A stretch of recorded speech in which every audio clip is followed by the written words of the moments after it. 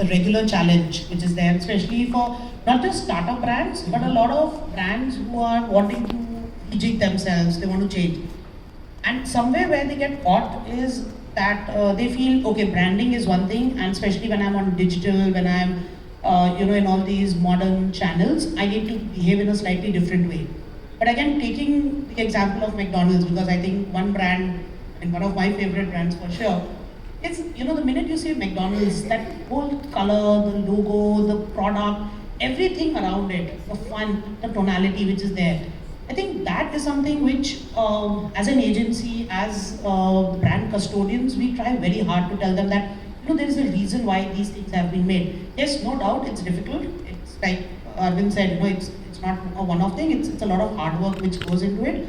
But I think this is where, as brand custodians, as somebody who's holding the brand, we need to kind of bring it back to the point where, this is where you are. You can't really deviate. So that's where we define the brand world.